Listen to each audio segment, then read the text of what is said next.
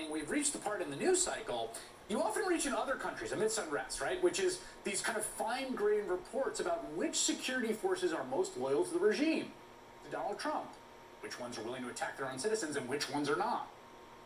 It is against this backdrop we are seeing day by day much of the top ranks of the U.S. military in open uprising against the president.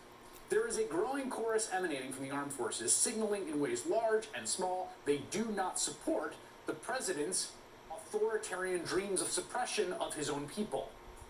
The Secretary of Defense, Mark Esper, saying he does not support deploying federal troops on the streets against Americans, as the president has threatened. The chair of the Joint Chiefs of Staff, General Mark Milley, the guy who roamed to D.C. in military uniform amid the protest, reminding the armed forces in a handwritten note attached to a memo, quote, "We all committed our lives to the idea that it is America. We will stay true to that oath and the American people."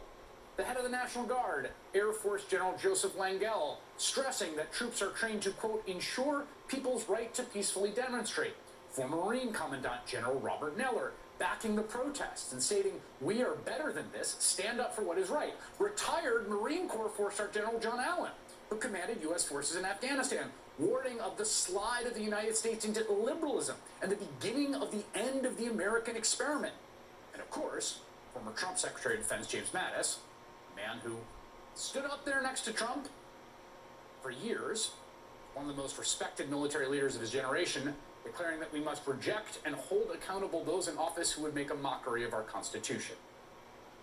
Huge parts of the upper echelon, the U.S. Armed Forces, are sending out very strong signals.